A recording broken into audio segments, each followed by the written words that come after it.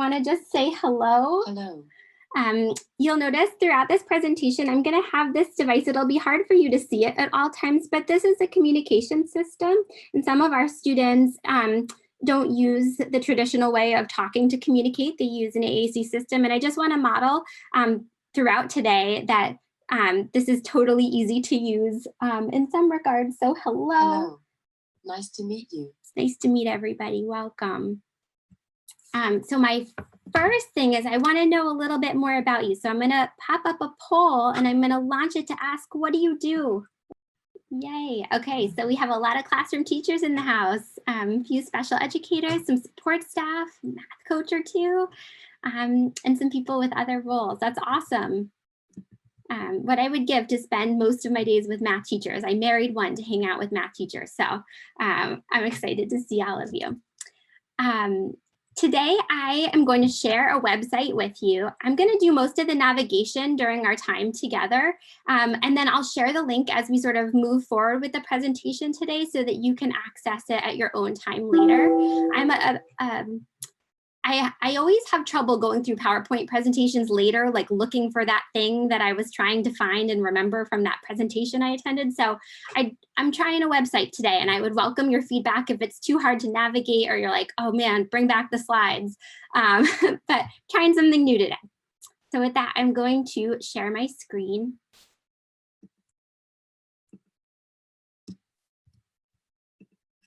And here's our website.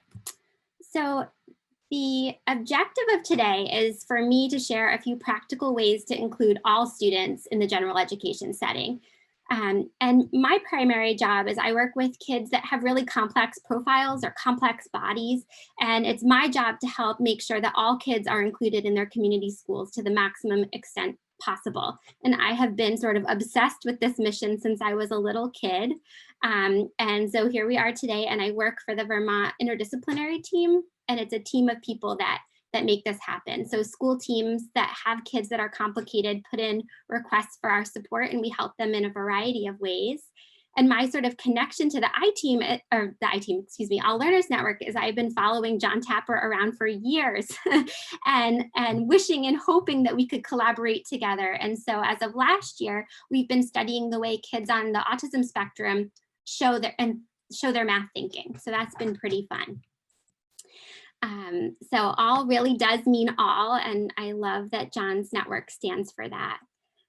Here's a picture of just me and my silly family, my husband who works at MMU, he's a high school math teacher, and our two kids, Olivia and Zoe, who are 5 and 2. And then, yeah, my contact information if you need it after this. So some tech etiquette, just really quick, turn on your video if it's possible. If you've got some noise at home, that's fine. Headphones are great. Stay muted unless you're speaking, but please, if you have anything to say, jump right in. Use the chat. We've got Tammy as our chat monitor today. Tech questions might be able to be answered there. If your connection gets lost, jump back on. And the most important thing that's going to make today successful is your participation. All right. Our agenda.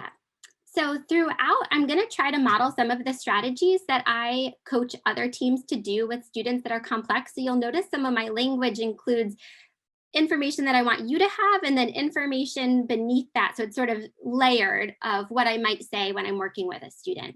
So our agenda today, first, we're going to learn a few new concepts and tools that you can do in your classroom tomorrow. So really my hope is that all of this can be directly applied. So that's going to be me do. I'm going to model the skill I do. Then we're going to look at an example together, and I would welcome you to rip apart my example and put it back together again. We're going to do that together. So we're going to sort of model the skill.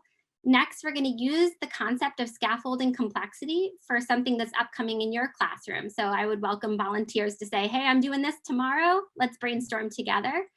And then we're going to reflect on our time together. And after today, you'll sort of be on your own, but hopefully you'll sort of be able to collaborate with more team members. With that being said, I'm going to jump to our entrance activity. I am also as obsessed with John Tapper as I am with Shelley Moore and her Dr. Baked Potato video. So I'm going to play this for you. Let me know if for some reason you can't hear it. It's about 7 minutes long, and it's going to sort of be our entrance activity to today. Welcome to 5 More Minutes, useful videos in about 5 minutes that support the teaching and learning of all students. I'm your host, Shelly Moore. Today's episode is called Dr. Baked Potato.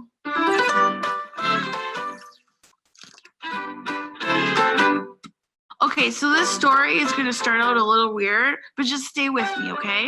You see, there's something that not a lot of people know about me. Like, I have this passion. Like, it keeps me up at night. I just love baked potatoes. I mean, I really love them. They're so delicious. I research recipes. I've perfected the double bake. I love all the toppings and how they work together to create the most wonderful flavor explosion in my mouth. I love baked potatoes so much. I actually went back to school to learn more about them, and I wanted to learn all I could. So I entered a PhD program in baked potatoes so that I could become Dr. Baked Potato. I told you, it's weird. Just stay with me. Okay, so now I'm this baked potato expert, and now I need to find a job. And I'm so lucky because I find out that this great high school down the road is looking for someone exactly like me. They need a teacher of baked potatoes. I'm so excited. Like, what are the odds? So I have my interview and I get the job. Yes. I get into my classroom and I spend the whole week before school starts getting it ready. I put up baked potato posters. I have a timeline of the history of baked potatoes and their influence around the world. These students are so lucky. And then it's the night before school. I'm getting the last minute details ready. I have 25 baked potatoes all lined up. Okay, let's be a little bit more realistic. I have 35 baked potatoes all lined up. I have timed it so when the students walk in, the potatoes are coming hot out of the oven. I have the toppings measured out. Everyone has the same amount of bacon bits and chives, and the morning arrives. I am ready. And in they come, these lovely students, and I serve every single one of them their individually perfected baked potato with perfectly proportioned toppings. You're welcome, I say. This is for you, I say. I hope that one day you are as passionate about this potato as me. And then I step back and I enjoy my masterpiece. And then I look to my left. One of my students isn't eating.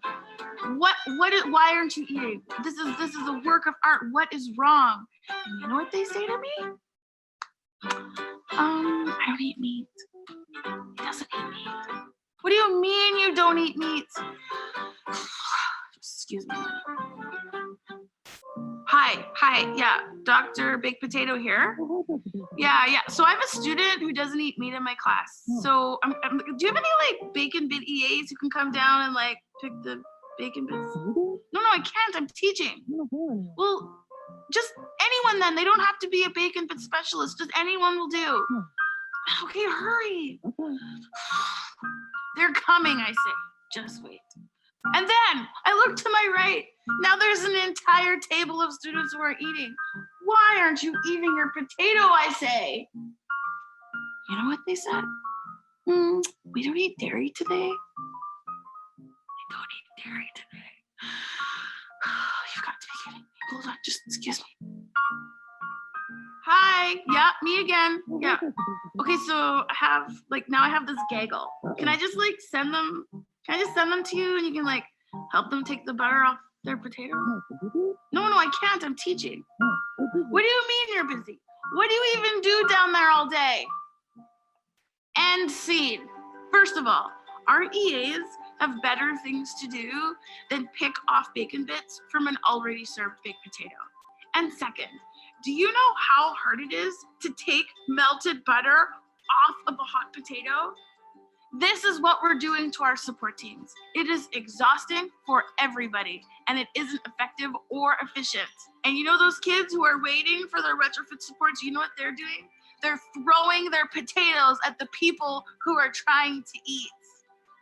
Okay, let's just back up the potato truck here for a second. As a teacher of baked potatoes, my expertise is still absolutely required to design the purpose or the goals for this group of potato eaters. But potato expertise isn't enough. To design for inclusive classrooms, there's a few things we need to do. Number one, we need to know who is eating the potatoes. Who are the students? What supports do they need? And we need to know this before we serve the potatoes, not after. Number two, we need to know what the goal is. And we need to understand that goals are connected to concepts, not to activities. What this means is if the goal is to eat a baked potato, then yes, everyone needs to eat a potato. But the goal is not for all students to eat the exact same fully loaded baked potato with all the exact same toppings. Students are diverse. They're going to need different toppings. Number three, planning for this range of diversity means that we anticipate the variety and complexity of toppings. And to ensure that everyone has the same opportunity and access, we teach all of the options to all of the students. This is called scaffolding complexity, and it's an additive model of making goals adjustable rather than relying on a reductive model of assumed average. And number four, this one's hard because we have to let go. We need to hand over this choice of challenge to the students. We let them choose the toppings for their potato. And the best part, if we design this way, these decisions are based on what they can eat rather than on what they can't eat. No adaptations needed, no modifications needed, no retrofitting needed. And our support teachers and EAs, their roles will start to shift away from triage and towards supporting students to be in charge of their learning, helping them to decide what adjustments will be best for them. Okay, are you ready for your challenge? I want you to actually go make baked potatoes. Like, it can be for an event or for family dinner. Make sure that everyone has a potato and then offer the toppings as a bar of options. And then the best part, sit back and watch. See the magic of inclusion unfold before your very eyes. Thanks for watching, everybody. Don't forget to subscribe to the 5 More Minutes YouTube channel and look for us. We're on Twitter, Facebook, Instagram, and don't forget, go enjoy your baked potatoes. All right.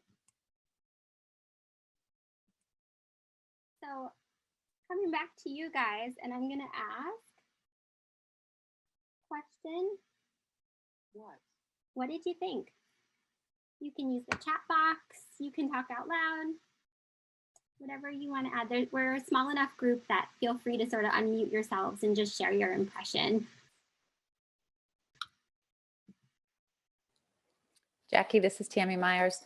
I love how this very complicated concept of inclusion was related to something so simple like baked potatoes and creating baked potatoes and making sure you are making baked potatoes for all and not just what you love. I love how simple the concepts have merged.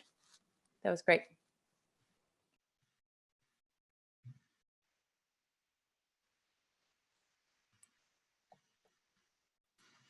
Anyone else? I love the idea. My name's Andy. I love the idea of everyone might eat the potato, but how it's dressed up and decorated or loaded is different. And I've been wrestling with that in my classroom. Like, how can I get everyone to do the concept where they can enter it and be successful?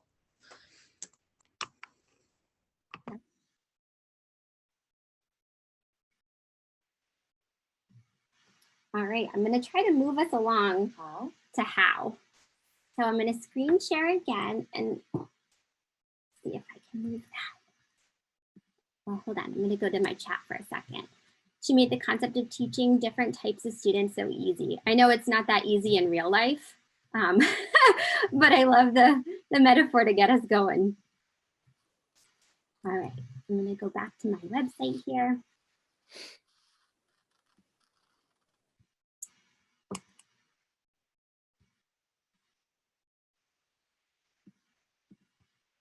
I'm going to take us to this slide. So I want to just share a picture with you to start. So let's see. I can classify and order objects is under number 1, and it gets more complex as you move up. Number 2, I can recognize the structure of a bar graph, picture graph, and line plot. Recognize the structure of a tally chart. Number 3, I can use bar graphs, picture graphs, line plots, and tally charts to read data. Number 4, and you can sort of see it gets harder and harder. This is an 8th grade standard. I apologize for the little font on the top, but you can see the 8th grade Common Core state standard is right here up high. And all the skills that you need to work on to get to the standard is outlined here. I'm going to sort of ask you again, what's your first impression of this? This is Tammy Myers. I like how you can see the big picture of this standard from a very basic level to a much more complex level, and all the in-betweens. I like the big picture visual. So bringing it back to our baked potato reference for a second, the goal is that everybody's working on graphs, and what level they're working on is going to, is outlined on this graph from beginner to the standard. Has anyone seen anything like this before? No, but I would think that this would help to differentiate your classroom, to put all the pieces together that you need for all the students. So it used to be in sort of, I'm going to stop screen sharing for a second. It used to be in the land of special education that a special educator would decide what is important for a child to know and related to math. And most of the time, special educators choose time and money because it's easy and it's a life skill, right? But being in the math classroom is also a life skill. You think about all the things that a kid learns when they're inside of a math classroom, and you just can't top that. So there's 40 years of research that says, no, special educators, stop choosing time and money for kids' individualized education plans and start choosing math standards. So now in the state of Vermont, that is a requirement. And the AOE is looking for special educators to say, no more time and money. How is what you're teaching in an IEP directly related to the math classroom and directly related to the language arts classroom? And so they came up with some documents that help support this work. So that's sort of where we're going to dive next. Before I do that, does anyone have any questions or comments? Just want to keep checking back in. You guys are so small when I screen share that it's hard to see all your faces. All right, I'm diving back in then, but feel free to interrupt anytime. Okay, so I'm going to go back to my resources and I'm going to click the Continuum. So the Continuum is a document that the I-team put together, and we scoured the internet looking for all of these resources that exist, and we wanted to put them together in one place so that everybody could have access to them and that you wouldn't have to spend your time searching and searching and searching. So we put together the Common Core state standards along with the essential element, which is sort of the essence of every unit of study that you do in your math classroom. And that is basically the lowest expectation that we would ask of any of our students is what is listed as the essential element. And then it sort of breaks it apart into different levels, which is what you just saw in sort of my scale that I made for you all. And then activities that align with those standards that all kids might be able to access. Before I show you the Continuum, I'm just going to sort of explain that this underneath the Continuum, there's the reference guide. So it really explains where each resource came from in much more detail than I'm going to talk about right now. I'm going to click on this link called the Testable Essential Elements Math. And what comes up is grades 3 through 12. And I'm going to just go to middle school because it's somewhere right in the middle. And if I click on any one of these, I'm going to click on a 6th grade standard for a second. What I see is the grade level standard all the way to my left, the essential element in the middle, And then the linkage levels are all the different activities that lead up to the grade level standard. So there's no more guesswork, right? Sometimes I work with math teachers that are like, they are there, they are, you know, ready to go. They want to support the student that I'm there to support too. But often I might hear, I don't know how to teach kindergarten, right? Like I'm a high school math teacher. I don't know how to do this. And this is a resource that really helps support that foundation. But it should never be the math teacher has to do it or the special educator has to do it. What I learned more than anything else from coming up with this presentation for you all today is it really needs to be a collaborative effort, and whatever that looks like in your school. But I cannot tell you how many times I was like, Steve, that's my husband, like come look at this. Is this right? Does it make sense? You know, and luckily I got one of my math problems wrong and he caught it before this. So it really is so important that you collaborate. And then the second page, or sorry, this one is the third page, it maps it out for you. So it really shows how the skills build on each other. And again, this isn't something we'll sort of look at very closely at the moment, but you'll have access to all of these links later so that you can use that to support your work. John Tapper's high leverage concepts and the essential elements, that work, that overlap work hasn't been completed yet. I know that Glenn Patterson has been working on that, but it's not done. So one of the things that still has to happen, particularly if you use the high leverage concepts in your classroom, is really looking at the essential element and just cross-checking that it's, you know, important and it's on the high leverage concepts list. And then below are the continuum documents. So I broke out every grade level. When you click on one of these later, so I'm gonna just click on a high school one for the moment in time. What you'll see is the Common Core State Standard on the top. The essential element is right below it. The concept, the skills, the big idea, the essential question, those supportive levels that you sort of saw again on my big map, and then tasks that are beneath them. So if you want to show that a child can do this, here's how you might do that. These documents are quite dense, and I wish that they were more widely shared, because I feel like when I show them to teachers and they have time to dive into them, they're like, where has this been all my life? Like, how did I not know this document existed? And it becomes a game changer for the work in which you can do collaboratively with one another. I just want to take a minute to pause for questions, comments, thoughts. Have you seen anything like this before? You said that will all be shared with us at the end, right? Yes. Okay, perfect. Thank you. Let's see if I can share it right now, just so you have it. I just put it in the chat. I don't know about you guys, but sometimes when I try to do like screen share and looking at somewhere, it just gets complicated. So I'll share it later. But I think at this point, it does make sense for you to be able to ask questions, being able to sort of look at it a little bit further. Any other thoughts? I can just keep going. Jackie, who was is this you who did this, or I'm sorry if I missed it, just because No, it's no. overwhelming to see this. Yeah, no. What effort was this? So you know how some kids get modified grades, and on the report card it'll say, okay, this student, it's an M, but she got an A, it's modified. And those same kids typically don't take the standard assessments that everybody else does. Previously in Vermont, those kids took something called the dynamic learning maps.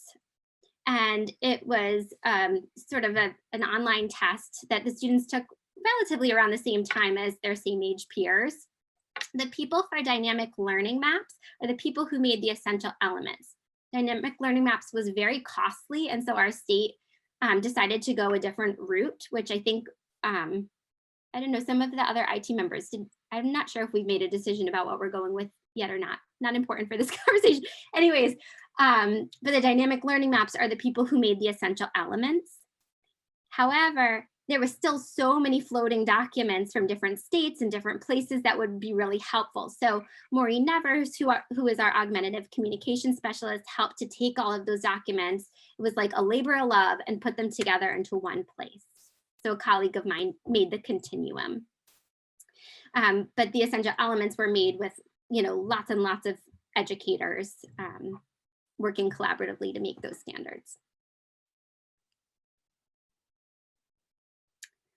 All right, I'm going back to screen sharing mode.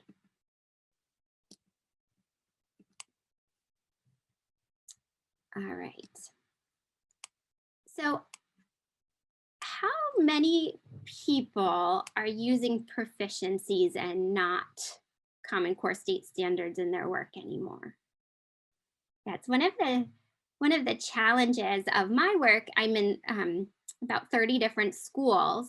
Is every school does things a little bit different. And so I'm just going to ask of you guys my language, how I might talk about this or what I might show you might not make sense for your context, but to just sort of take what I'm sharing and, we can figure out together how you might apply that.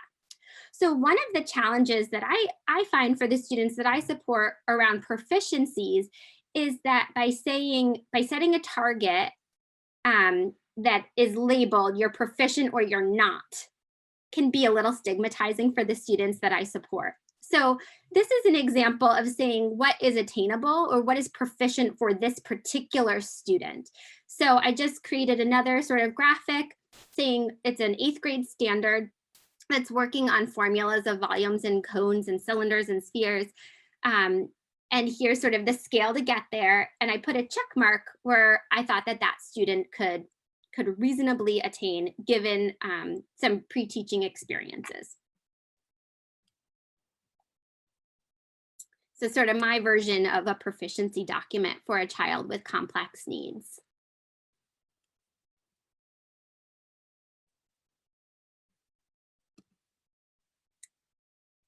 So one of the challenges of this work is at first it can be really time consuming, particularly during COVID-19.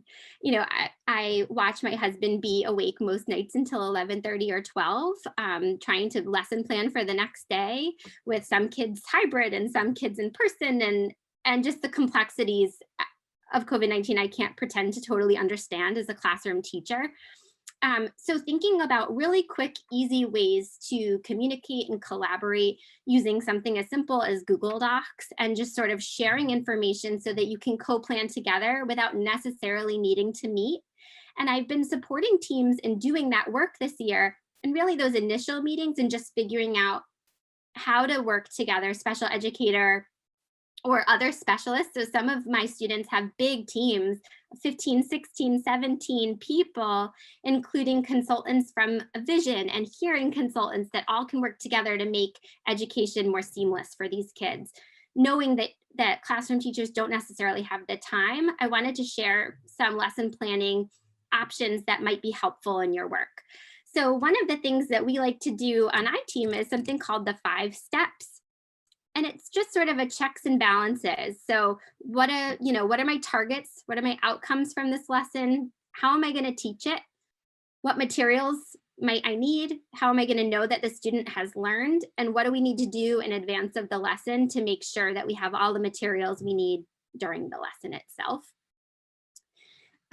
So it could look as simple as this. So here's one that I made with John Tapper and Glenn Patterson around subitizing. So this one was for a younger student, but the student would be able to answer how many more makes 5, and the student will use manipulatives to make 5 with an assortment of manipulatives. I'm going to use an egg carton, a 5-frame. I'm going to play Go Fish with 5-frame cards. Here's the materials I need. For this particular student, iTeam and All Learners Network was helping to assess the students, so they were going to send videos to us for review. And one of the things we were targeting was peer connections for this particular student. So, but something with as simple as this gave everybody all the information they needed to know what they needed to do for this particular student. The lesson that I tried to model today, I wanted to sort of get away from the individualization, which does often need to happen with our really complex students, but thinking about that, planning for everyone, if we make a lesson ahead of time with that particular learner in mind, we don't necessarily have to go back and rebuild it again for that student. It just saves everybody time and energy. There's some alternative ideas that you can look at later, like using sticky notes to share and things like that that are listed. And then some supports I wanted you to know that exist. So there's a UDL toolbox that you can sort of dig into later. That's all mostly free resources that help universally design a classroom. For our students that are in your classroom that need augmentative communication, so the device that I've been sort of doing a bad job of modeling for you guys right now. Those strategies are sort of listed in there. How might a student who's hesitant to participate? And then all of this is sort of built on this idea of the least dangerous assumption that we don't know. We don't know what some of our students who are nonverbal know. Communication is the biggest barrier for those students.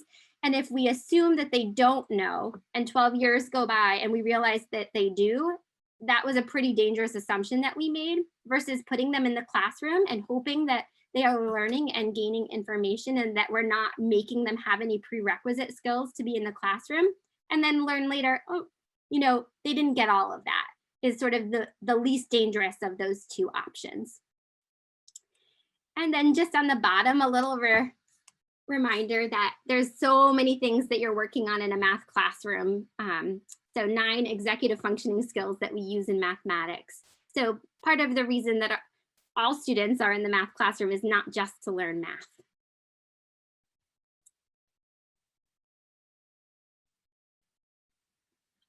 So quick pulse check on the group. I went through those documents incredibly quickly. I just wanted to let you know that they were there and what they were, not necessarily dive deep into them. That's sort of the work that we can do together in small groups coming up. But I just want to take a pulse. Do you want me to go slower? Do you want me to talk more about a particular document? Or are you ready for me to move forward? If you guys could sort of use the chat to let me know how you're feeling, or a thumbs up, thumbs down, like thumbs down, keep explaining, thumbs up, let's move on. All right, good. It sounds like everybody's good so far. I'm gonna dive back in then. So this is the part that makes me nervous, full disclosure. So I am a special educator by trade. I'm not a math teacher. So please, please, please feel free to be like, lady, you are wrong. Also, I would like to share with the group that I learned a very valuable lesson when I was making this example lesson for you all. So I was doing it for the past few days. And last night I finished it around 10 o'clock and I was looking for one more image to upload. And I found the entire lesson that I had just created done better by someone else. So I linked it to the presentation because I was like, this guy did it, he did it better. It would have taken me 1 minute to fix and add than it would to have done what I did. So full disclosure, I learned a valuable lesson, which is Google lessons before you make your own. Okay, here we go.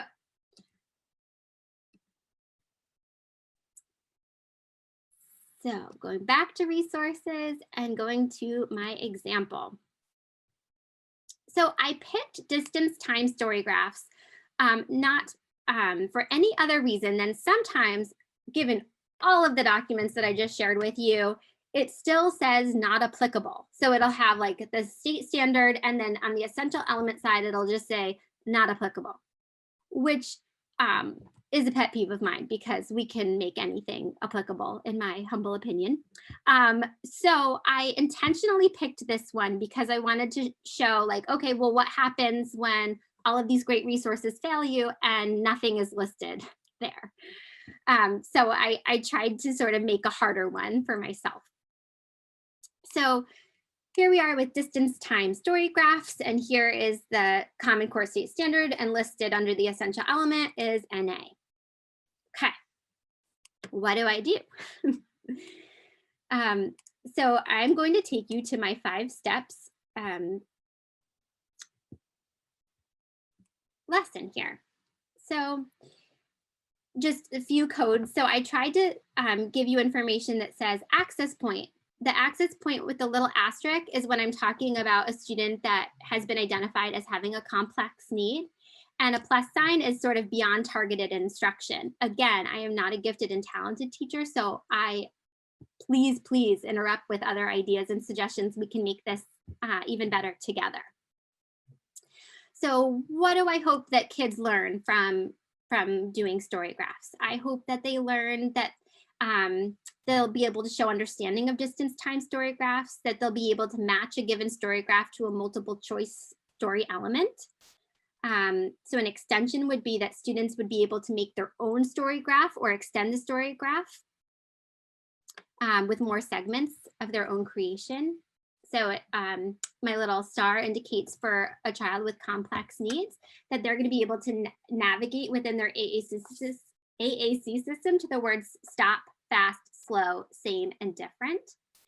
Those are called core vocabulary words, and they are helpful for kids that use AAC to use them across their day in a variety of flexible ways. So thinking about the word stop, well, you can stop what you're doing and just using it across different contexts, like stop, my turn, or I want to go, or I disagree, those sorts of things that you can find within an AAC system. Tell. Oops, I'm pressing buttons. So teaching. So how did I picture this? I'm going to try to sort of walk us through this. The class will begin with the teacher at the whiteboard, and she's going to model how to create a story graph by asking her students to tell a story about a boy named Hussein. Hussein loved to go on bike explorations, and the students are going to decide where Hussein goes. The teacher is going to draw the student-led choices as the students share out. So what happens next? Students get into small groups with story cards and a large graph and are asked to create their own story by picking up story cards from a deck. The cards should be CVI friendly, which is cortical vision impairment. I'm going to show you some of the things related to that in a minute. And the graph paper should be large and used with large Sharpies, so big black Sharpies and red Sharpies. Students should write down at least one reason that they picked the story cards and leave their justification at their stations. And then it's time for a gallery walk. Kids walk around the room, they look at everybody else's graph, and they either defend or agree based on if they think that the person got it right or wrong. The kids come back together, they talk about it. After that, it's independent work time. So this comes back to sort of the scaffolding complexity of where everybody's at in your classroom. So if that was particularly hard and some kids were still really working through that, then they're going to go back to their small group and they're going to keep making story cards, and maybe the teacher would be there to assist. Or they might have a matching activity with different story graphs and sort of get a little bit more complicated. They might sit down with the classroom teacher to learn how to add numbers to the access to make learning more quantitative. For the student that uses an augmentative communication system, maybe it's using the AAC system to direct their partner on what should happen next in the story graph. One of the things that I put in the very beginning of this presentation is this idea of I do, we do, you do. And that is really different for a student with a complex need. So I really want to say, like, it might be that I do for 2 weeks before I ask you to do something. And that doesn't mean that you're not learning. That means that you're coming along for the ride, and you're gonna base that information on engagement. What does that student look like? How is that student presenting? So here's my materials list, my testing list. I'm going to use classroom observation, completed story graph work, maybe videos of the students' production to share back with the whole team to review. And I might tally mark anytime that student uses the AAC system to participate in the story graph lesson. And as a team, we're going to assign tasks to get this work done quickly and efficiently. And we're going to preview the words on the AAC system so that we know where they are. So even though I use AAC most days, I still made sure that right before we started, I remembered, let's see if I can get close enough that you can see. Where go, Stop. stop, Up. up, Down. down, describe, Slow. slow, and fast. So I really was looking to see like which words would be helpful within this unit or this lesson. So let me see if I my wall graph here for you. I wanted to give you one other example. So kids with vision impairments and math can be a little bit challenging. So here's just a really simple story graph. CVI, I tried to make my words big and I sort of highlighted them. If you can see, I like made a border around them. That makes it easier to see. And then for kids that touching is the way in which they see. So for kids who are maybe blind or have low vision, I just added, what do we call these? Pipe cleaners. And then stickers. So it's like or you could even use a pin in your classroom, and a pipe cleaner, a sticker, it's like a little gem, and another pipe cleaner so that I could sort of feel the chart, the graph.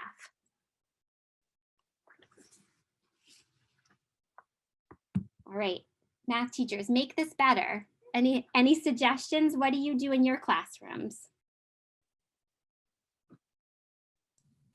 The only thing I was going to say was that I like the idea of having the graph where the kids can touch it and that sort of thing. But right now you'd have to have individual ones for each kid.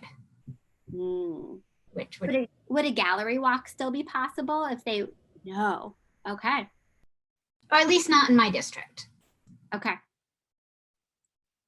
Fair. So what could we do to make this COVID friendly? Well, I was thinking that if you could use a jam board, and different jam boards you can use as different gallery stops. So this way, if the students are doing remote learning, they could just do it through there and add input on each of the jam boards. And then the classroom students can obviously do the same thing. The teacher could either mimic them on the wall or they can just follow along with the jam boards themselves.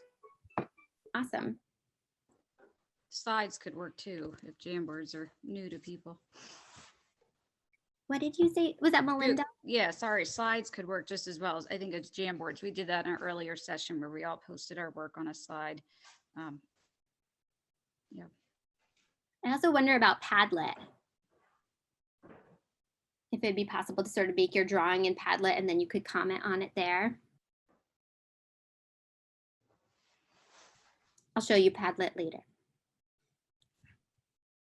All right. Jamboard is nice because it's part of the Google Suite. So those of us using Google Classroom obviously makes it a little bit easier. I heard Jamboard mentioned a bunch of times and I saw it in the presentations today and I was like, note to self, get familiar with Jamboard. So. Jackie, would you be able to talk about the essential elements? Like I looked at that document really quickly and I realized maybe I should have asked during the last opportunity. Can you tell me, can you just re-explain or tell me what the essential element is and then how that came into play with this lesson? Yeah, so the essential element is basically the intended outcome for a child that's not meeting the state level proficiency, so or standard. So if you have a child in your class that is operating at a modified grading system, you would look to the essential element rather than the standard. And it's basically a bridge. It's not an identical match, but it's a bridge between what's happening in the general ed classroom to what a child that's following a modified grading system would access. It's sort of their access point to your classroom. Does that make sense? So is this some, I'm just trying, I don't know if I have any students who meet this right now, but like someone who's really like I teach 5th grade, could this be a student whose success is more at a 1st or 2nd grade level? Or are you thinking, like, I know you've also talked about bigger, like, or more complex students. Yep. So I think it just depends what's written into the IEP. So So in the IEP, it will indicate whether the student is taking state level testing or if they're taking alternative testing. And also it'll have somewhere in there if there's a math goal or a literacy goal, you sort of look at both to make sure that you're sort of meeting that child where they're at, as well as giving them access. And I think one of the most important things is that there really is no average, right? So it could be that for a child that's considered complicated, like I have so many kids that in some parts of mathematics, they hit the grade level standard, no problem. And then like, particularly when it comes to like spatial awareness and like the picture elements in geometry, and then all of a sudden we get into algebra and those kids dip back down pretty low again. Or it could be completely flipped based on who the student is. So knowing that these are there for all students, and I was doing this story graphing with a 6th grade teacher probably 5 years ago, and she was telling these stories, and a child who was deafblind was in her classroom at the time. And so we were using sort of the tactile graphs to do this together. And she had this aha moment. She was like, I get it. If I use the essential elements to start with all kids, and I'm sort of building that complexity as my entrance activity, then all kids benefit from this idea of the essential concepts that we want them to take away from this unit. And then as it gets harder for some kids, it might stay at the essential element level for other kids. The reason why I picked this particular lesson to do is because in the document that has state standard and matching essential element, it just said not applicable in the essential element section, which happens a lot more at the high school level than it does at the elementary level or middle school level, but it does happen. So I picked this one to sort of challenge myself to say, okay, no excuses. I got to make this applicable somehow. I'm going to give it my A for effort, given that there is no information for me to go on. What you said though before, Melinda, about someone who does like better at a 1st or 2nd grade level.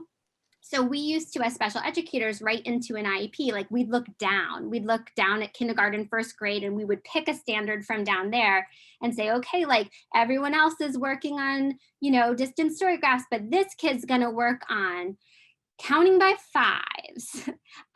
And we don't have the right to do that anymore. Yes, there does need to be like a sandwich effect where like, yes, those foundational skills do need to be addressed and worked on for our kids that need that.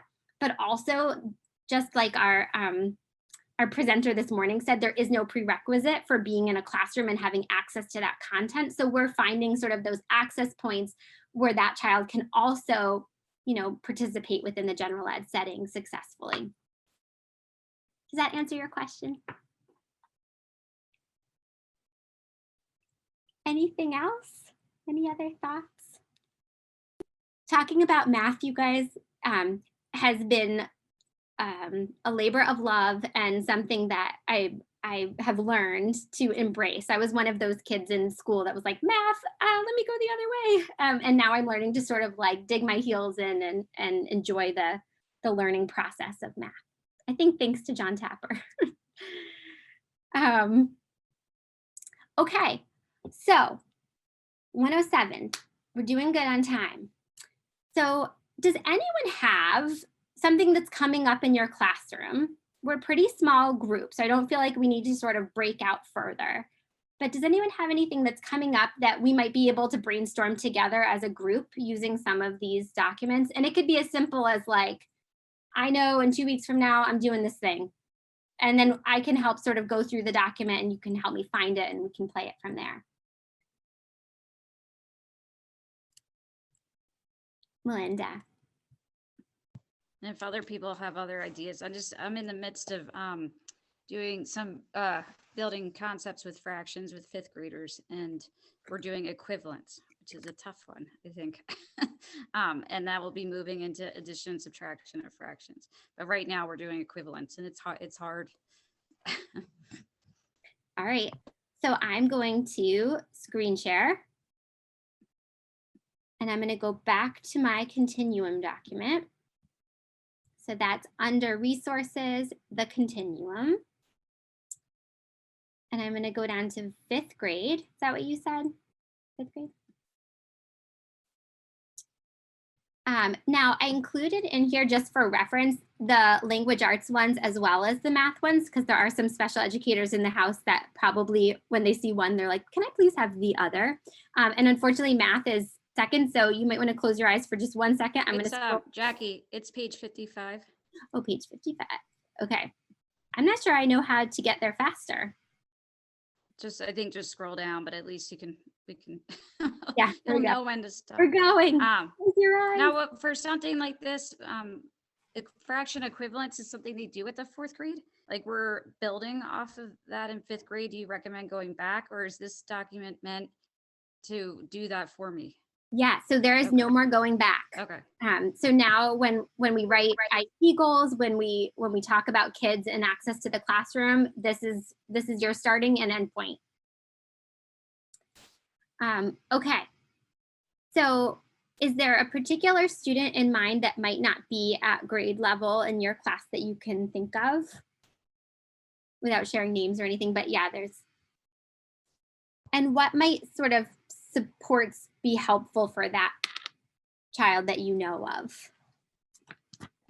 That's something I struggle with, just even in terms of like the physical supports, because like manipulatives and other things, because I've never taught at the elementary level. So I don't even know some of the tools that they use.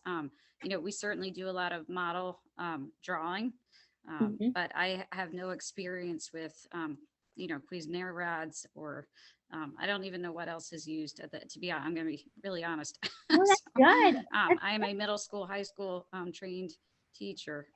So we do a lot of drawing, and then, set models can work. I've done that before with fractions. And I have like magnetic fraction that show all the different, the sort of the common partitions or common frac pieces. Yeah. So I think just looking at this for a second all together, so we've got the linkage levels right here. So on the bottom is initial precursor. So working towards fractions, the very first skill that you need to have is recognizing separateness. And then it goes up, partition sets into equal subsets, partition any shape into equal parts.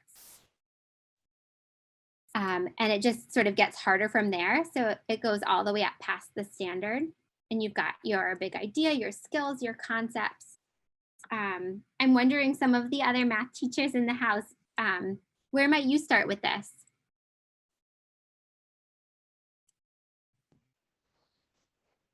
I have been doing a little fraction work in my classroom with my 6th graders, getting them ready to divide fractions. But due to COVID, they lost out on some fraction work last year. Well, some kids feel they did. I don't know. So I handed them Cuisinart rods and just asked them to play with them to see if could they find a rod, and could they find other colored rods that split it in half, and can they split it further? And I actually let them just play to get some sense that things have parts and pieces. And it was a nice start to the lesson. And then I started framing it a little more with, well, what if I had the teal rod? Could I split it in half? And how many unit rods? I called some units. I don't know. I made it up. I didn't know how to use them either. I just kind of made it up as I went along. But kids are starting to understand that, a half can be 3/6 or 4/8. And it's been working. And we also cut apart strips of paper. We just started folding it into a half, or can we fold it in half again? Now, how many pieces would there be? So that's kind of where I started with kids before going into division. I love that idea of just playing with the rods to begin with, to get a sense of them. And that's something that all kids can do, right? And as it gets harder, you're starting to say like, okay, now can it be broken into parts and pieces? And what would that look like? Some of our kids are even trying to figure out, like, is this a whole or is this part? What is this? And starting maybe even with some real life examples. Fractions, how can you not think of pizza or cake? Like, would you want a whole pizza to yourself or a piece of it? And just sort of drawing in some of those real life examples of where they might see fractions. Any other thoughts? Yeah, I've done the same thing with the fraction, I don't know what they're called, but where you've got a 1 and then the manipulatives, and it's broken all the way up to 12ths, the common ones. Those have been really good for my kids to figure out equivalent, because I could take like 3/4 and put that down and say, can you find something that matches that? It doesn't even have to be the simple one. And each piece of a fraction set, so like 1/2, that is the unit fraction. 1/8, that is the unit fraction. That's the unit we're using in this model with this. So any fraction with a 1 in the numerator is the unit fraction. Great. One of the things I love about this document is for the kids who, you know, are going to struggle with recognizing that a fraction is part of a whole or wholeness, right? Like just that concept in general, it does lay out things as simple as assemble a simple puzzle to demonstrate pieces of a whole. Use a self-sticking non-adhesive tape, take apart and put together fractional parts of a whole. So just some activities that are pre-thought out for you. And whether or not you like them, you skip them, people find different parts of this document that they enjoy and tend to go there first for their resource. I tend to go first over to the different levels and look at those.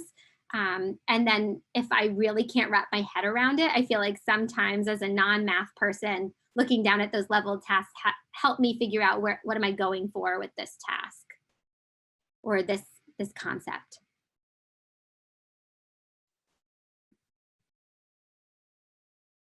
Okay. I had something else to add. I don't know if this is a good time, but I was playing with the idea of a lot of times I ask the kids to tell me what they see, but I wonder about presenting like a shape divided into 4 parts, one's colored in, and I label it and ask them to evaluate it. Like if I labeled it 1/4, what part is shaded?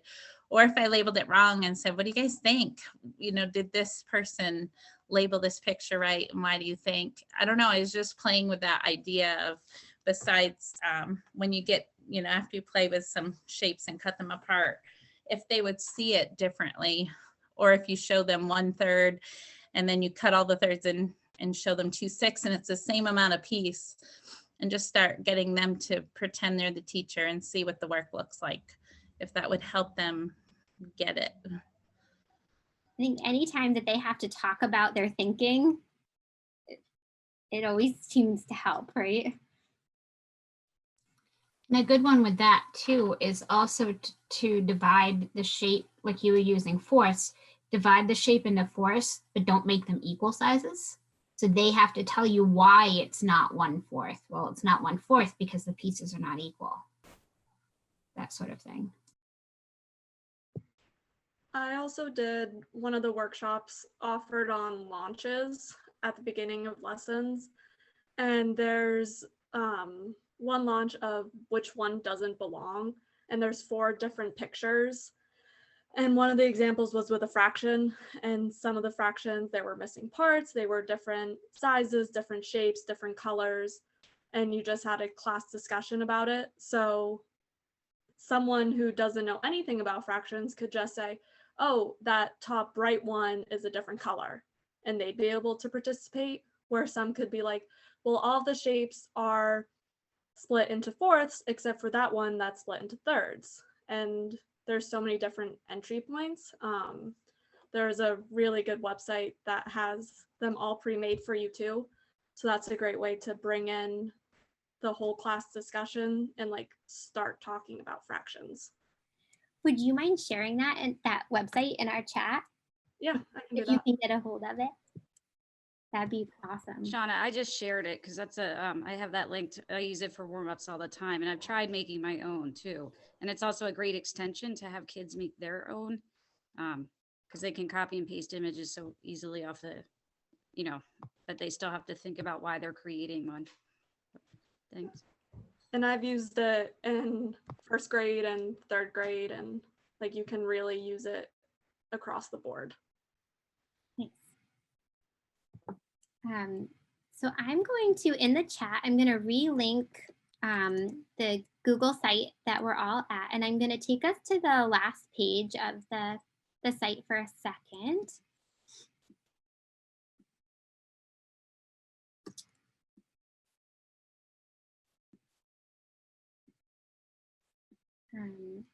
To our reflection. And my hope is that you could share with me or with the group something that you might keep in your teaching, something you might stop, something you're willing to try. And to do that today, we're going to use the Padlet. I'm also going to put that link in the chat as well. But you just go to the plus sign in the bottom right corner, and then you can add a note. You can, I'm going to show you sort of the options. So there's like 3 little dots on a Padlet when you, after you press the bottom plus sign. So you could include a link, a picture. You could just audio record your own voice. You can doodle and draw something. So however you want to share, whatever you're sort of in the mood to put there works for me. But you're just going to sort of reflect a little bit about this session and what you're thinking. The last thing I would add is if you'd be willing, I'm working hard at getting better at this and really take pride in that learning. And so if you'd be willing to put your information, I'd love to send you just a really quick survey on what you thought of this session and how I could make it better in the future. And I'm going to give everybody about 5 minutes to do that, and then we'll sort of conclude all together. Well, something that I'm going to keep doing is collaborating with math teachers. I found that it was excruciating to attempt to make a lesson by myself versus how quickly it goes when you have that collaboration relationship with a co-teacher or someone else that you work with. And I really miss having access to, just sort of getting to know one grade level and that content. In my current job, I work 3rd grade through 12th grade, so I don't get to sort of take a deep dive into any one thing.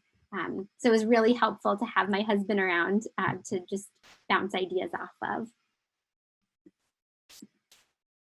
I love the Continuum, UDL, a lot to think about.